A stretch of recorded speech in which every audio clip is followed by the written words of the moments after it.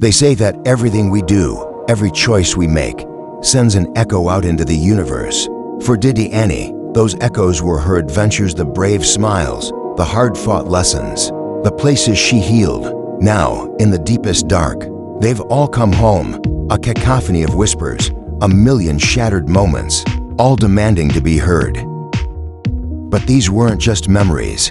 The fragments solidified, building a hall of endless, cold silver, an infinite mirror maze where every reflection was a version of herself. Brave Didi Annie, sad Didi Annie, the one who was trapped in the box, the one who climbed the walls. Every single step she took was watched by 1,000 eyes, all belonging to her. She'd spent so long fixing the worlds of others, she never stopped to look at the worlds she carried within. Then, in the glass, faces began to form. Lala, Tiko, Scribbles. Her friends, her magical creations emerged not as reflections, but as echoes themselves. They had called her name countless times in the worlds she helped save. Now, their voices overlapped in a gentle choir. You helped us see. Now it's your turn. It was a bittersweet reunion, a moment of profound thanks before the final truth. At the end of the impossible hall, a new mirror materialized. It didn't reflect, it simply glowed. A warm, liquid light that pulsed with pure, unfiltered truth. It was the threshold, the final barrier between the fantasy she had built to survive and the reality waiting to welcome her back. She looked up, no longer with confusion, but with awe. This was destiny. Slowly, from the liquid glass, stepped another girl. Not a shimmering echo, not a magical being.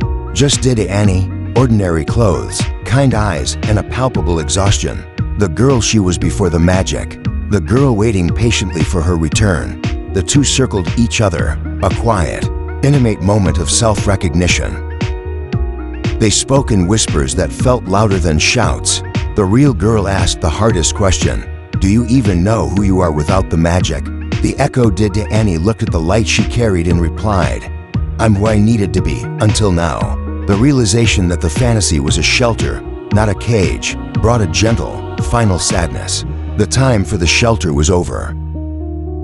The words were the key. With that acceptance, the mirrored hall could no longer stand. The box, the walls, the playground, all the illusions shattered, collapsing into brilliant, blinding particles of light. Didi Annie spun within the storm, feeling the exhilarating freedom of liberation. Everything she had built was falling away, making room for what was real. When the dust cleared, only one mirror remained, and in it, the truth, a simple bedroom, a messy desk covered in notebooks, drawings. Her adventures weren't places she'd gone, but worlds she had created. The magic wasn't outside her, it was in the pages, a quiet, profound revelation. Lala, Tiko, and Mr. Scribbles smiled their last, sweet farewell. You gave us life because you believed. They weren't gone. They simply returned to the source.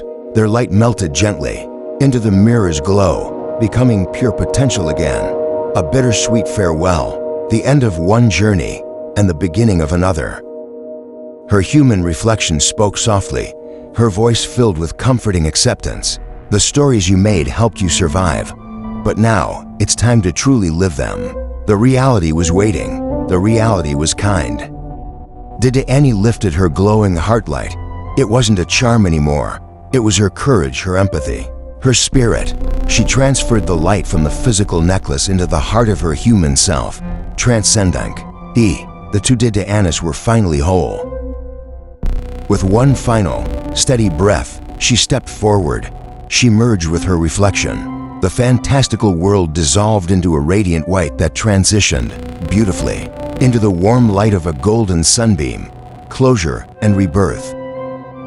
And then she was just a girl, sitting at her desk, the real Didi Annie, her sketchbook open, filled with the friends and worlds she dreamed up.